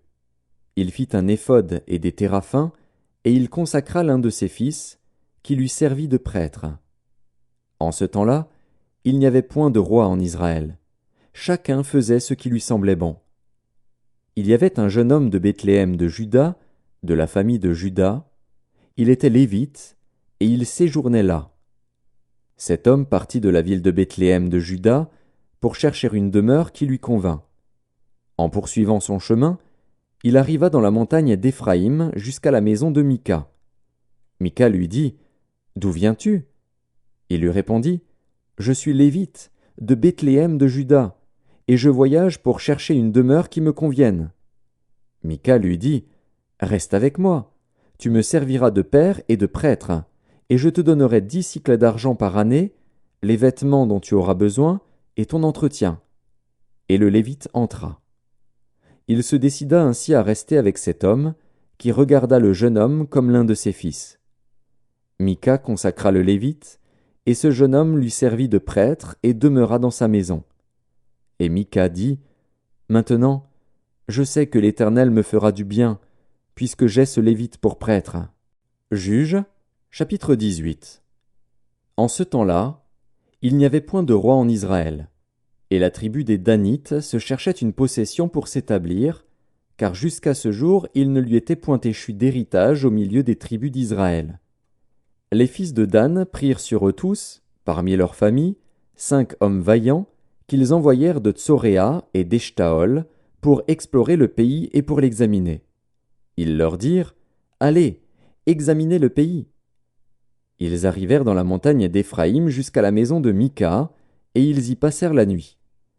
Comme ils étaient près de la maison de Mika, ils reconnurent la voix du jeune Lévite, s'approchèrent et lui dirent, « Qui t'a amené ici? Que fais-tu dans ce lieu? Et qu'as-tu ici? » Il leur répondit, « Mika fait pour moi telle et telle chose.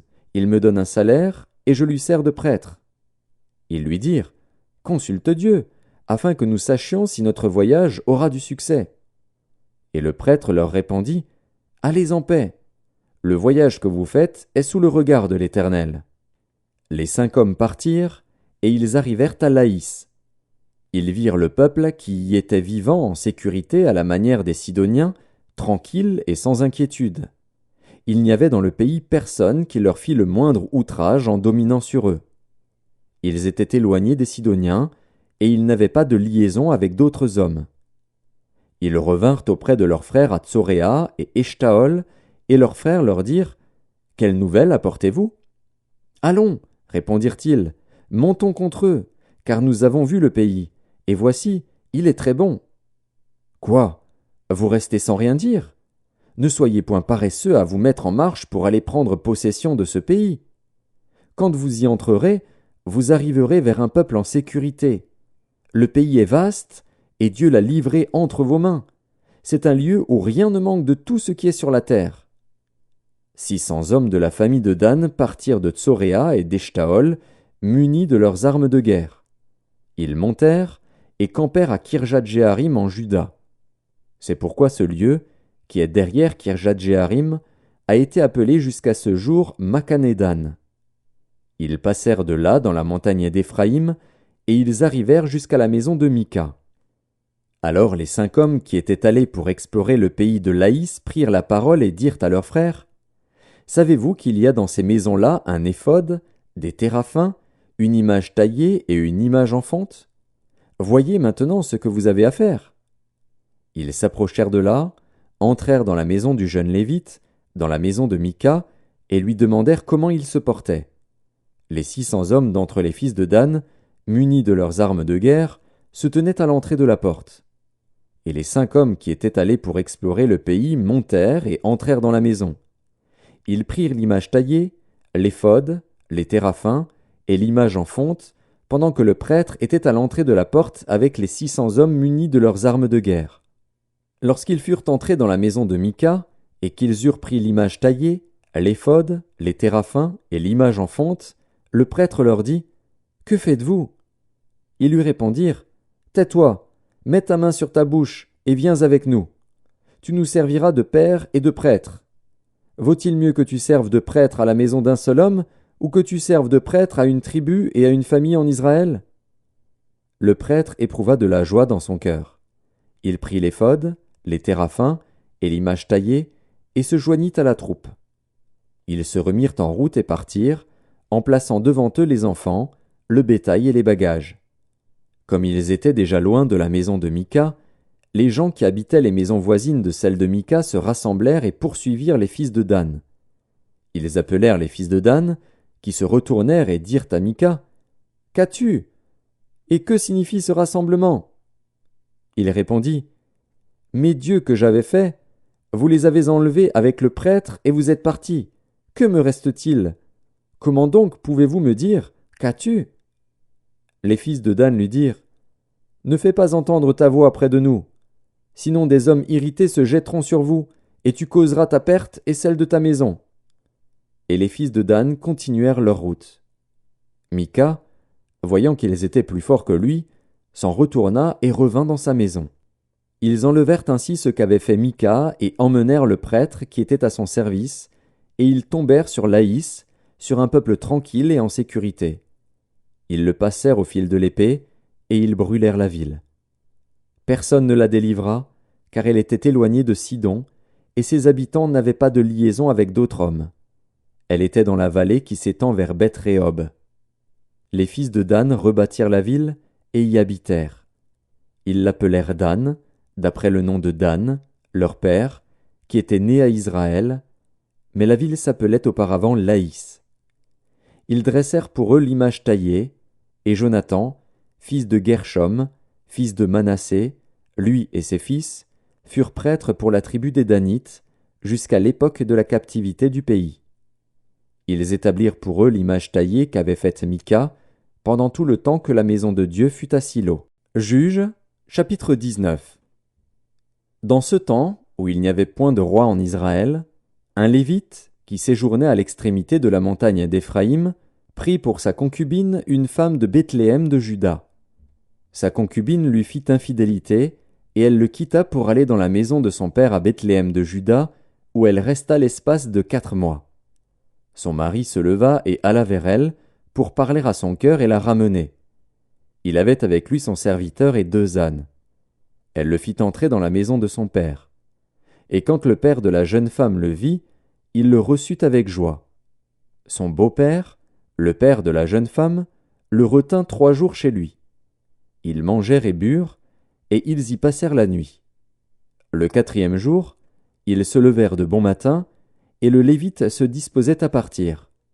Mais le père de la jeune femme dit à son gendre « Prends un morceau de pain pour fortifier ton cœur. Vous partirez ensuite. » Et ils s'assirent, et ils mangèrent et burent eux 2 ensemble. Puis le père de la jeune femme dit au mari « Décide-toi donc à passer la nuit, et que ton cœur se réjouisse. » Le mari se levait pour s'en aller, mais, sur les instances de son beau-père, il passa encore la nuit. Le 5e jour, il se leva de bon matin pour partir. Alors le père de la jeune femme dit « Fortifie ton cœur, je te prie, et restez jusqu'au déclin du jour. » Et ils mangèrent eux 2. Le mari se levait pour s'en aller, avec sa concubine et son serviteur. Mais son beau-père, le père de la jeune femme, lui dit « Voici, le jour baisse, il se fait tard, passez donc la nuit. Voici, le jour est sur son déclin, passe ici la nuit, et que ton cœur se réjouisse.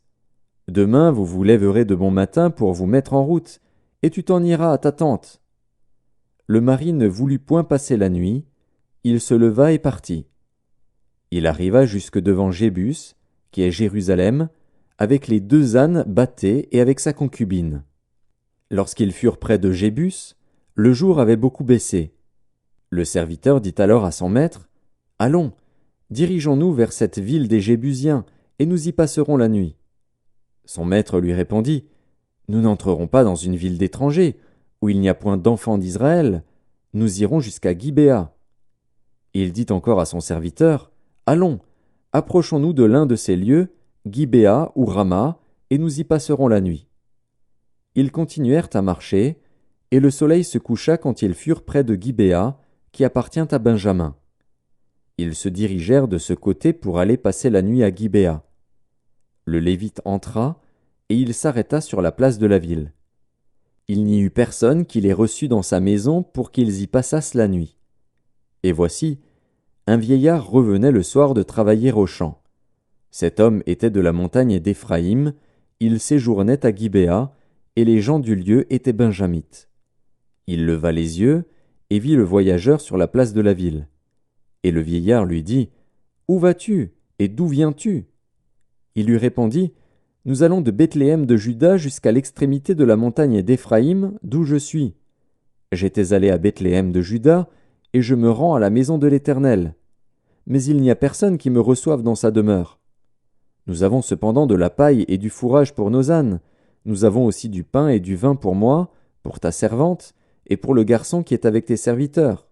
Il ne nous manque rien. Le vieillard dit, Que la paix soit avec toi. Je me charge de tous tes besoins, tu ne passeras pas la nuit sur la place. Il les fit entrer dans sa maison, et il donna du fourrage aux ânes.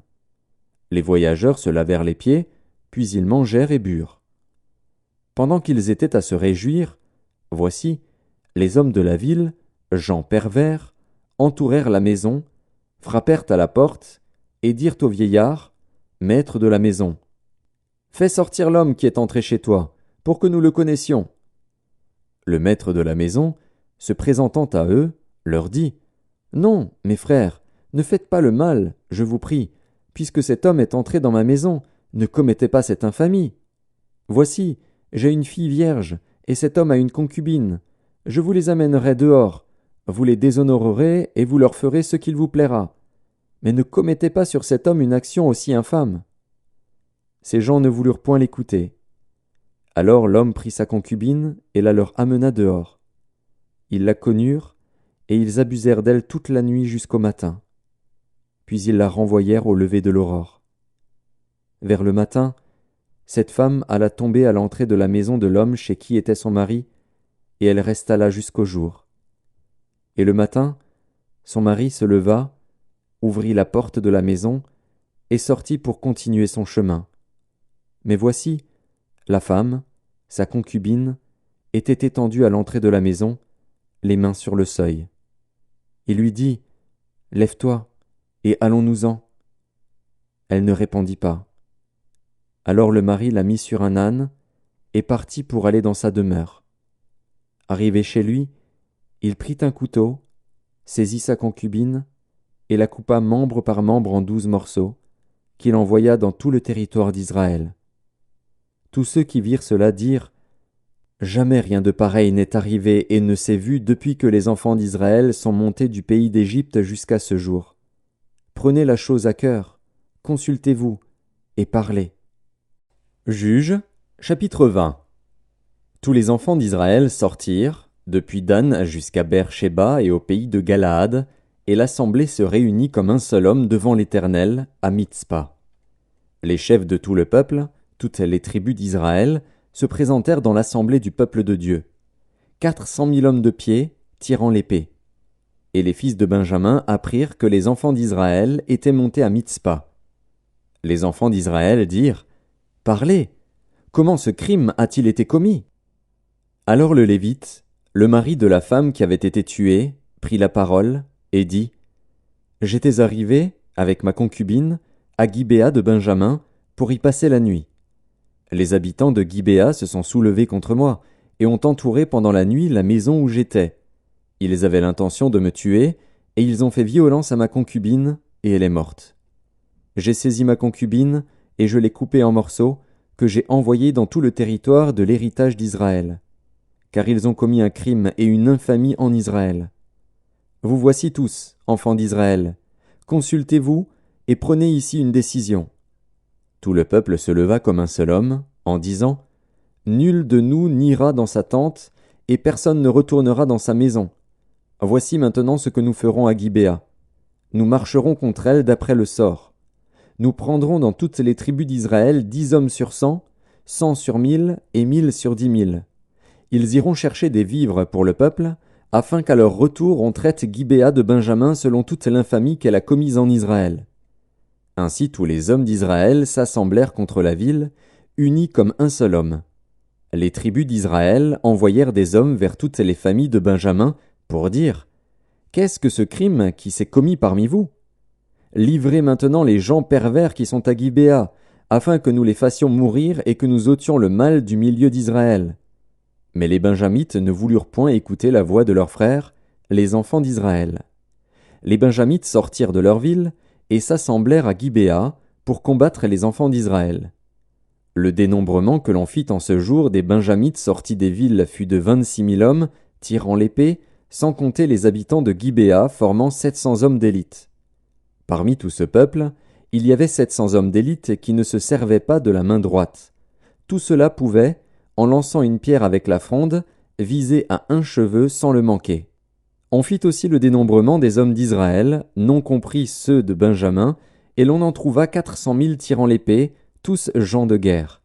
Et les enfants d'Israël se levèrent, montèrent à Béthel, et consultèrent Dieu, en disant « Qui de nous montera le premier pour combattre les fils de Benjamin ?»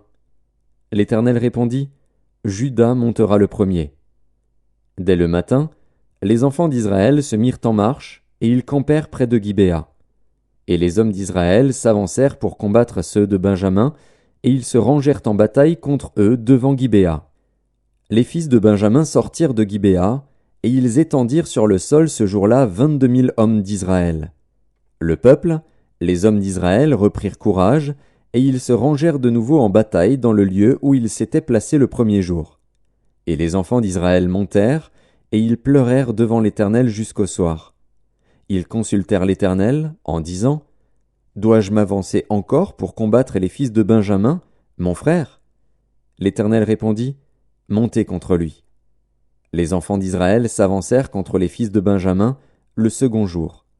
Et ce même jour, les Benjamites sortirent de Gibéa à leur rencontre, et ils étendirent encore sur le sol 18 000 hommes des enfants d'Israël, tous tirant l'épée. Tous les enfants d'Israël et tout le peuple montèrent et vinrent à Béthel. Ils pleurèrent et restèrent là devant l'Éternel, ils jeûnèrent en ce jour jusqu'au soir, et ils offrirent des holocaustes et des sacrifices d'action de grâce devant l'Éternel. Et les enfants d'Israël consultèrent l'Éternel, c'était là que se trouvait alors l'arche de l'alliance de Dieu, et c'était Phiné, fils d'Éléazar, fils d'Aaron, qui se tenait à cette époque en présence de Dieu, et ils dirent « Dois-je marcher encore pour combattre les fils de Benjamin, mon frère, ou dois-je m'en abstenir ?» L'Éternel répondit « Montez, car demain je les livrerai entre vos mains. » Alors Israël plaça une embuscade autour de Gibéa. Les enfants d'Israël montèrent contre les fils de Benjamin, le troisième jour, et ils se rangèrent en bataille devant Gibéa, comme les autres fois. Et les fils de Benjamin sortirent à la rencontre du peuple, et ils se laissèrent attirer loin de la ville. Ils commencèrent à frapper à mort parmi le peuple comme les autres fois, sur les routes dont l'une monte à Béthel et l'autre à Gibéa par la campagne, et ils tuèrent environ 30 hommes d'Israël. Les fils de Benjamin disaient « Les voilà battus devant nous comme auparavant. » Mais les enfants d'Israël disaient « Fuyons, et attirons-les loin de la ville dans les chemins. » Tous les hommes d'Israël quittèrent leur position et se rangèrent à Baal-Tamar. Et l'embuscade d'Israël s'élança du lieu où elle était, de Maharé-Gibéa. 10 000 hommes choisis sur tout Israël arrivèrent devant Gibéa. Le combat fut rude, et les Benjamites ne se doutaient pas du désastre qu'ils allaient éprouver. L'Éternel battit Benjamin devant Israël, et les enfants d'Israël tuèrent ce jour-là 25 100 hommes de Benjamin, tous tirant l'épée. Les fils de Benjamin regardaient comme battus les hommes d'Israël, qui cédaient du terrain à Benjamin et se reposaient sur l'embuscade qu'ils avaient placée contre Gibéa. Les gens en embuscade se jetèrent promptement sur Gibéa, ils se portèrent en avant et frappèrent toute la ville du tranchant de l'épée. Suivant un signal convenu avec les hommes d'Israël, ceux de l'embuscade devaient faire monter de la ville une épaisse fumée. Les hommes d'Israël firent alors volte-face dans la bataille. Les Benjamites leur avaient tué déjà environ 30 hommes, et ils disaient « Certainement les voilà battus devant nous comme dans le premier combat. » Cependant une épaisse colonne de fumée commençait à s'élever de la ville. Les Benjamites regardèrent derrière eux, et voici, de la ville entière les flammes montaient vers le ciel. Les hommes d'Israël avaient fait volte-face, et ceux de Benjamin furent épouvantés, en voyant le désastre qui allait les atteindre. Ils tournèrent le dos devant les hommes d'Israël, et s'enfuirent par le chemin du désert. Mais les assaillants s'attachèrent à leurs pas, et ils détruisirent pendant le trajet ceux qui étaient sortis des villes. Ils enveloppèrent Benjamin, le poursuivirent, l'écrasèrent dès qu'il voulait se reposer, jusqu'en face de Gibéa, du côté du soleil levant. Il tomba 18 000 hommes de Benjamin, tous vaillants. Parmi ceux qui tournèrent le dos pour s'enfuir vers le désert au rocher de Rimon, les hommes d'Israël en firent périr 5 000 sur les routes. Ils les poursuivirent jusqu'à Gidéom, et ils en tuèrent 2 000. Le nombre total des Benjamites qui périrent ce jour-là fut de 25 000 hommes tirant l'épée, tous vaillants. 600 hommes, qui avaient tourné le dos et qui s'étaient enfuis vers le désert au rocher de Rimon, demeurèrent là pendant 4 mois. Les hommes d'Israël revinrent vers les fils de Benjamin, et ils les frappèrent du tranchant de l'épée, depuis les hommes des villes jusqu'au bétail, et tout ce que l'on trouva. Ils mirent aussi le feu à toutes les villes qui existaient. Juges, chapitre 21. Les hommes d'Israël avaient juré à Mitzpa, en disant « Aucun de nous ne donnera sa fille pour femme à un Benjamite. » Le peuple vint à Béthel, et il y resta devant Dieu jusqu'au soir. Ils élevèrent la voix, ils versèrent d'abondantes larmes, et ils dirent « Ô Éternel, Dieu d'Israël, pourquoi est-il arrivé en Israël qu'il manque aujourd'hui une tribu d'Israël ?» Le lendemain, le peuple se leva de bon matin. Ils bâtirent là un autel, et ils offrirent des holocaustes et des sacrifices d'action de grâce. Les enfants d'Israël dirent « Quel est celui d'entre toutes les tribus d'Israël qui n'est pas monté à l'assemblée devant l'Éternel ? Car on avait fait un serment solennel contre quiconque ne monterait pas vers l'Éternel à Mitzpa, on avait dit « Il sera puni de mort ». Les enfants d'Israël éprouvaient du repentir au sujet de Benjamin, leur frère, et ils disaient « Aujourd'hui une tribu a été retranchée d'Israël. Que ferons-nous pour procurer des femmes à ceux qui ont survécu, puisque nous avons juré par l'Éternel de ne pas leur donner de nos filles pour femmes ?» Ils dirent donc « Y a-t-il quelqu'un d'entre les tribus d'Israël qui ne soit pas monté vers l'Éternel à Mitzpa ?» Et voici, personne de Jabès en Galaad n'était venu au camp, à l'assemblée. On fit le dénombrement du peuple, et il n'y avait là aucun des habitants de Jabès en Galaad. Alors l'assemblée envoya contre eux 12 000 soldats, en leur donnant cet ordre « Allez, et frappez du tranchant de l'épée les habitants de Jabès en Galaad, avec les femmes et les enfants. Voici ce que vous ferez. Vous dévouerez par interdit tout mâle et toute femme qui a connu la couche d'un homme. » Ils trouvèrent parmi les habitants de Jabès en Galaad 400 jeunes filles vierges qui n'avaient point connu d'homme en couchant avec lui, et ils les amenèrent dans le camp à Silo, qui est au pays de Canaan. Toute l'assemblée envoya des messagers pour parler aux fils de Benjamin qui étaient au rocher de Rimon, et pour leur annoncer la paix. En ce temps-là, les Benjamites revinrent, et on leur donna les femmes à qui l'on avait laissé la vie parmi les femmes de Jabès en Galaad. Mais il n'y en avait pas assez pour eux. Le peuple éprouvait du repentir au sujet de Benjamin, car l'Éternel avait fait une brèche dans les tribus d'Israël. Les anciens de l'assemblée dirent « Que ferons-nous pour procurer des femmes à ceux qui restent, puisque les femmes de Benjamin ont été détruites ?» Et ils dirent « Que les réchappés de Benjamin conservent leur héritage, afin qu'une tribu ne soit pas effacée d'Israël.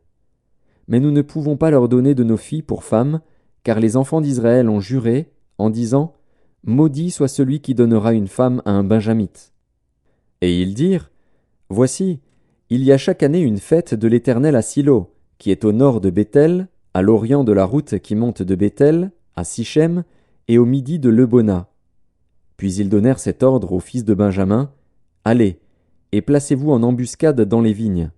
Vous regarderez, et voici, lorsque les filles de Silo sortiront pour danser, vous sortirez des vignes, vous enlèverez chacun une des filles de Silo pour en faire votre femme, et vous vous en irez dans le pays de Benjamin. Si leur père ou leurs frères viennent se plaindre auprès de nous, nous leur dirons « Accordez-les-nous, car nous n'avons pas pris une femme pour chacun dans la guerre. Ce n'est pas vous qui les leur avez données. En ce cas, vous seriez coupables. » Ainsi firent les fils de Benjamin. Ils prirent des femmes selon leur nombre parmi les danseuses qu'ils enlevèrent, puis ils partirent et retournèrent dans leur héritage. Ils rebâtirent les villes et y habitèrent. Et dans le même temps les enfants d'Israël s'en allèrent de là, chacun dans sa tribu et dans sa famille, ils retournèrent chacun dans son héritage.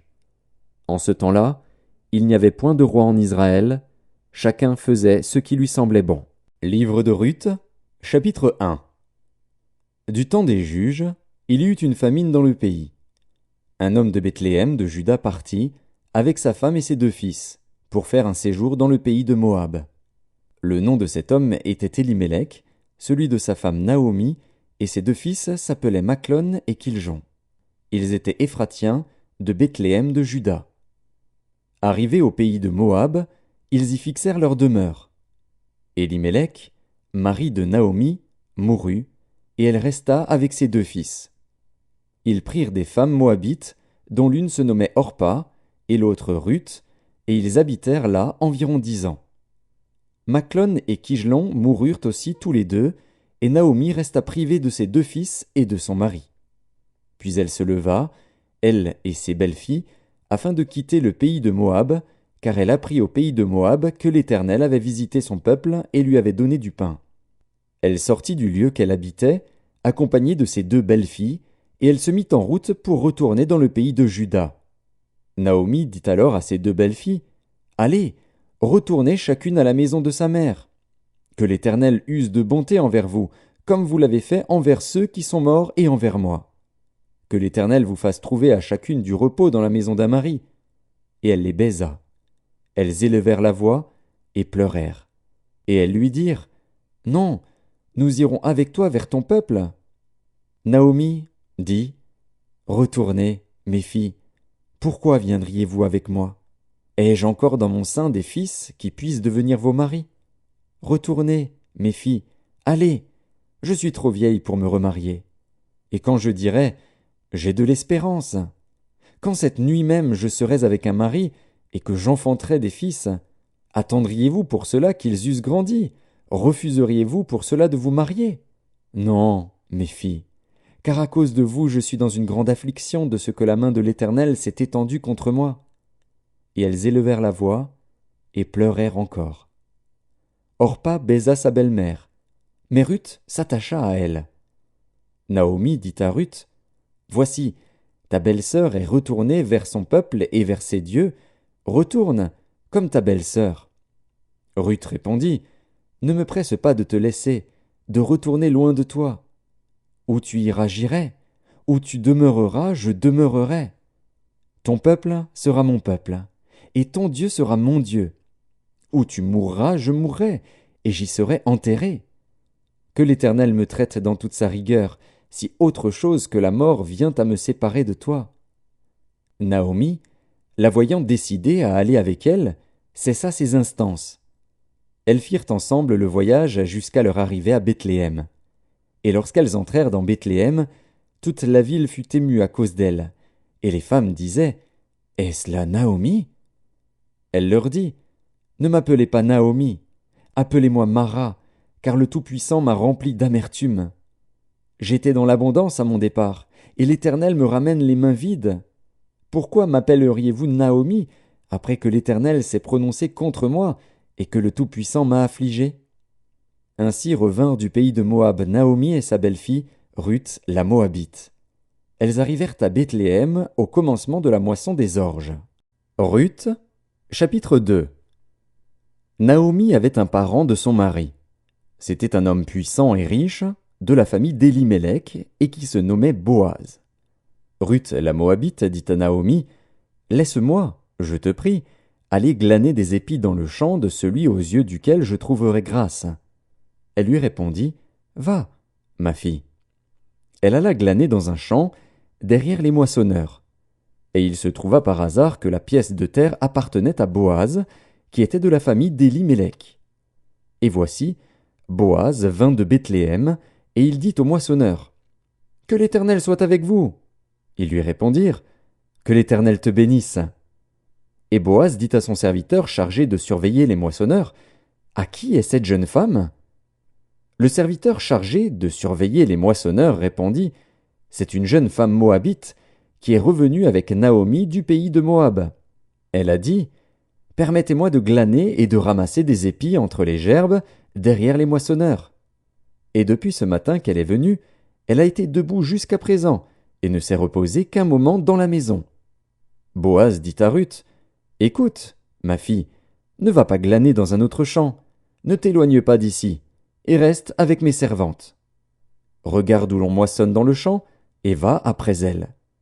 J'ai défendu à mes serviteurs de te toucher, et quand tu auras soif, tu iras au vase, et tu boiras de ce que les serviteurs auront puisé. » Alors elle tomba sur sa face et se prosterna contre terre, et elle lui dit, « Comment ai-je trouvé grâce à tes yeux, pour que tu t'intéresses à moi qui suis une étrangère ?» Boaz lui répondit, « On m'a rapporté tout ce que tu as fait pour ta belle-mère depuis la mort de ton mari, et comment tu as quitté ton père et ta mère et le pays de ta naissance, pour aller vers un peuple que tu ne connaissais point auparavant. Que l'Éternel te rende ce que tu as fait, et que ta récompense soit entière de la part de l'Éternel, le Dieu d'Israël, sous les ailes duquel tu es venu te réfugier. » Et elle dit, « Oh, que je trouve grâce à tes yeux, mon Seigneur, car tu m'as consolé, et tu as parlé au cœur de ta servante. Et pourtant je ne suis pas, moi, comme l'une de tes servantes. » Au moment du repas, Boaz dit à Ruth, « Approche, mange du pain, et trempe ton morceau dans le vinaigre. » Elle s'assit à côté des moissonneurs. On lui donna du grain rôti. Elle mangea et se rassasia, et elle garda le reste. Puis elle se leva pour glaner. Boaz donna cet ordre à ses serviteurs, qu'elle glane aussi entre les gerbes, et ne l'inquiétez pas, et même vous ôterez pour elle des gerbes quelques épis, que vous la laisserez glaner, sans lui faire de reproche. Elle glana dans le champ jusqu'au soir, et elle bâtit ce qu'elle avait glané. Il y eut environ 1 épha d'orge. Elle l'emporta et rentra dans la ville, et sa belle-mère vit ce qu'elle avait glané. Elle sortit aussi les restes de son repas, et elle les lui donna. Sa belle-mère lui dit, « Où as-tu glané aujourd'hui, et où as-tu travaillé? Béni soit celui qui s'est intéressé à toi. » Et Ruth fit connaître à sa belle-mère chez qui elle avait travaillé. « L'homme chez qui j'ai travaillé aujourd'hui, dit-elle, s'appelle Boaz. » Naomi dit à sa belle-fille, « Qu'il soit béni de l'Éternel, qui se montre miséricordieux pour les vivants comme il le fut pour ceux qui sont morts. Cet homme est notre parent, lui dit encore Naomi, il est de ceux qui ont sur nous droit de rachat. » Ruth, la Moabite, ajouta, « Il m'a dit aussi, reste avec mes serviteurs jusqu'à ce qu'ils aient achevé toute ma moisson. » Et Naomi dit à Ruth, sa belle-fille, « Il est bon, ma fille, que tu sortes avec ses servantes, et qu'on ne te rencontre pas dans un autre champ. » Elle resta donc avec les servantes de Boaz pour glaner jusqu'à la fin de la moisson des orges et de la moisson du froment. Et elle demeurait avec sa belle-mère.